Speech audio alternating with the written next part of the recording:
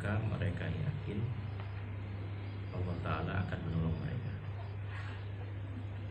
ketika masalah datang. Orang beriman. Jadi orang beriman itu ketika masalah datang, dan dunia ini memang gudang masalah. Namanya gudang, kalau ada gudang oli ya seluruh di dalam gudang itu ya oli semua.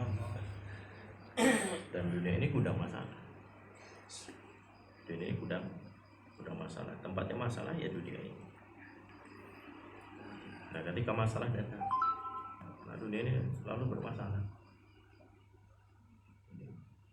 Masih bujangan juga masalah. Dan yang menikah juga masalah. Punya anak juga masalah. Tidak punya anak juga masalah. Maka orang beriman itu ketika masalah datang kepada mereka, maka mereka akan memperbaiki hubungan dengan Allah. Mereka akan memperbaiki, mereka akan beramal, mereka akan mengamalkan agama apapun masalahnya. Apapun masalah, Nabi memberikan contoh juga kepada para sahabat ketika mereka punya masalah. Para sahabat juga punya masalah. Para sahabat juga punya hutang. Abu Umamah datang ke masjid. Ada apa ya Abu Umamah? Di 2 waktu sholat engkau ada di masjid. Dia bilang, ya Rasulullah, saya punya banyak hutang ya. Maka Rasulullah mengajarkan untuk memperbaiki hubungan mereka dengan Allah, memperbaiki amal. Diberikan solusi. Kalau orang beriman ketika masalah datang kepada mereka, mereka akan memperbaiki hubungan dengan Allah. Mereka akan mencari amal. Mereka akan mengamalkan agama, dan mereka yakin melalui amal agama tersebut pasti Allah akan menolong mereka. Ini harus ada di kepala kita. Bahkan kadang-kadang ini nggak ada di kepala kita. Bahkan kita suka memberikan satu statement, ya kita harus ikhtiar, Pak. Memangnya dengan sholat masalah akan selesai. Nah, memang dengan doa anak kita akan sembuh. Kita harus ikhtiar juga. Nggak bisa kita cuma zikir, nggak juga kita bisa dengan hanya mengamalkan agama kemudian anak kita sembuh. Nggak bisa, kita harus ikhtiar juga. Tanpa ikhtiar maka nggak akan selesai masalah kita gitu. Ini kalimat ini berulang-ulang ada dalam ucapan kita, padahal ikhtiar yang sebetulnya ya amal itu. Ikhtiar yang sebenarnya adalah amal. Itulah ikhtiar. Terus untuk apa ke dokter? Terus untuk apa makan? Terus untuk apa minum? Terus untuk apa bekerja? Terus untuk apa kita pergi ke sawah, ke ladang? Untuk apa? Ya di situ ujiannya. Disitulah bentuk ujian. Maka Allah berikan asbab. Nah asbab itulah ujiannya. Apakah ketika masalah datang kepada kita, hati kita kepada Allah, atau hati kita kepada asbab tadi? Jika hati kita kepada asbab, gagal kita. Itu saja sebetulnya. Tapi ketika hati kita kepada amal, sukses kita. Makanya Allah berikan dia asbab untuk ujian. Nah kebanyakan kita hari ini ketika ada masalah datang, hati kita kemana? Ya kadang-kadang gitu Pak. Kadang-kadang asbab, kadang-kadang amal gitu. Tapi lebih banyak asbabnya gitu. Coba kalau lagi nggak punya duit, kemana kita pergi? Apa yang teringat sama kita? Ketika kita ibu-ibu anak-anaknya sakit, kemana perginya? Kemana? Hati kita lari kemana? Dan itu tidak bisa dibohongi. Makanya keyakinan itu akan datang dengan kebiasaan. Keyakinan itu akan datang dengan hari-hari. Keyakinan itu akan datang dengan keseharian kita. Kalau keseharian kita dipenuhi dengan amal, maka suatu saat keyakinan kita kepada amal. Terus kenapa hari ini amal kita tidak berfungsi? Kenapa amal kita? Sahabat, siapa yang ke WC? Mikdad. Ya, Mikdad. Itu lihat. Ke WC. Masuk WC dengan cara sunnah. Dengan dia makan sunnah. Datang tuh 17 dinar. Allah. 1 dinar tuh kalau tambang itu 4.250.000 tuh 1 dinar. Datang tuh 17 dinar. Ya, 17 dinar berapa? Dikali? Ya nggak usah hitung, bukan duit kita, ada perlu dihitung. Duit kita. Itu baru ke WC-nya aja itu. Allah. Datang sahabat kering kerontang. Ini jauh, ini baru kita bicarakan karena nggak akan datang kiai. Tidak akan betul hati kita kalau mulut kita tidak betul. Tidak akan betul hati kita kalau lisan kita nggak betul. Ini hari ini lisan kita masih bengkok-bengkok juga. Bagaimana hati mau lurus? Diawali pembetulan itu dari lisan. Seorang sahabat, siapa namanya, yang hujan turun.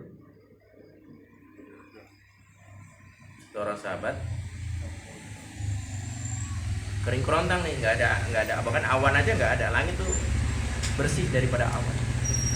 Udah lama nggak ada turun hujan. Tiba-tiba sahabat tadi hanya minta 1 lota air saja. Kata kodimnya, untuk apa 1 lota air? Apakah 1 lota air bisa akan menyiram seluruh kebunmu, kata dia. Itu 1 lota air itu diambil untuk berwudu. 1 lota air diambil untuk berwudu. Berwudu. Dia berwudu. Sambil terus berwudu, sholat 2 rakaat. Coba lihat. Sholat 2 rakaat ditanya gimana keadaan langit, masih terang. Sholat lagi 2 rakaat. Gimana keadaan langit? Ya sudah mulai kelihatan ada awan. Tapi awannya kecil seperti burung yang terbang setinggi di langit, kata dia itu. Sholat lagi. Terus kemana? Awan sudah mulai banyak. Terus sholat lagi. Terus kemana itu arah awan? Bergerak, ikuti, kata dia. Sampai persis di atas kebun tadi dia berhenti dan kemudian turun hujan. Begitu persis sampai ke bibir, sampai ke bibir batas sawahnya tadi, itu kemudian hujan berhenti. Selesai. Kenapa mereka bisa amal mereka selesai?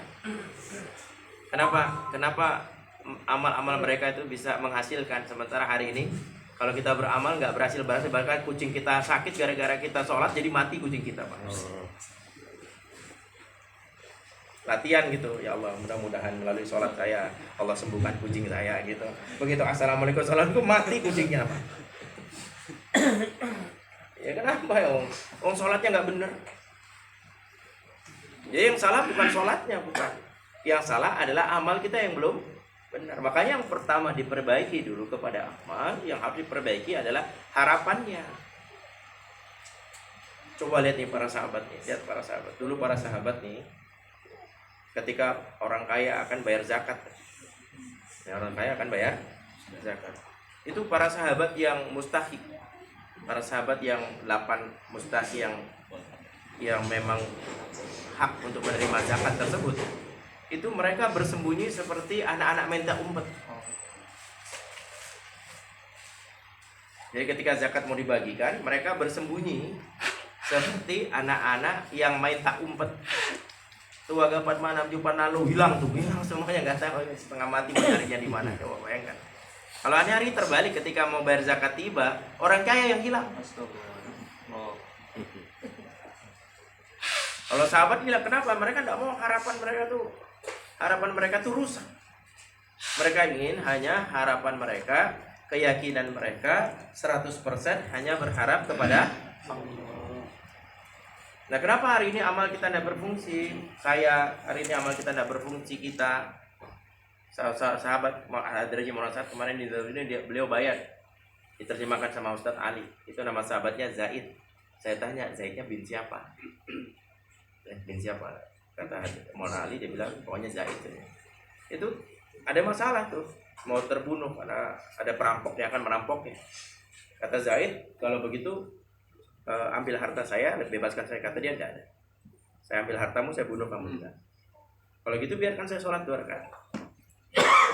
Begitu sholat 2 rakaat terbaca ayat Ya Arhamar Rahimin, Ya Arhamar Rahimin, Ya Arhamar Rahimin. 3 kali terbaca. Turun satu orang berkuda lengkap dengan propertinya, dengan topi besi, dengan membawa tombak. Turun dari langit ke bawah, kemudian dibunuh orang. Siapa engkau? Dia bilang aku adalah ayat yang kau baca tadi. Menolong Zahid yang dalam keadaan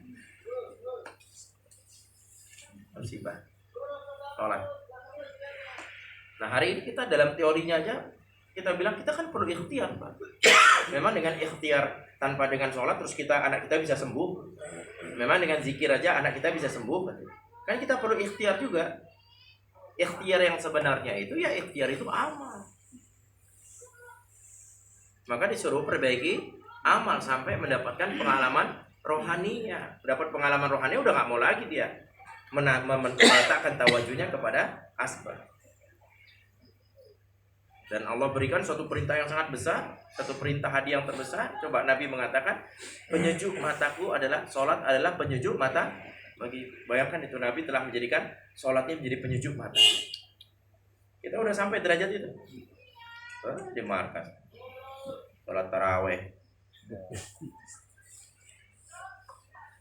imamnya sabar. Dia bilang imamnya sabar. Imamnya sabar banget, Masya Allah katanya. Coba, belum sampai itu. Kalau kita lihat istri kita jadi penyejuk mata, lihat cucu kita menjadi penyejuk mata, ya Allah ini cucu jadi penyejuk. Tapi bagi sholat, kalau bisa jamaah aja terus, enak di jamaah. Kalau para sahabat tuh jadi penyejuk mata. Nah, sampai derajat itu pun kita belum. Penyejuk mata kita. Kalau udah sholat tuh sesuatu yang Ad-Darajih menjelaskan. 3 sifat orang munafik kata Ad-Darajih. 3 sifat orang munafik kata Ad-Darajih. Yang pertama, tidaklah dia berdiri sholat dengan malas. Ya, kalau Abdullah bin Zubair tuh, kalau udah sholat ya belajar dari Abu Bakar. Abu Bakar sholat dari kalau udah sholat itu ya sholatnya berdiri terus sampai ada burung hinggap pun nggak terasa juga. Karena belajarnya dari Abu Bakar gitu, belajar sholat.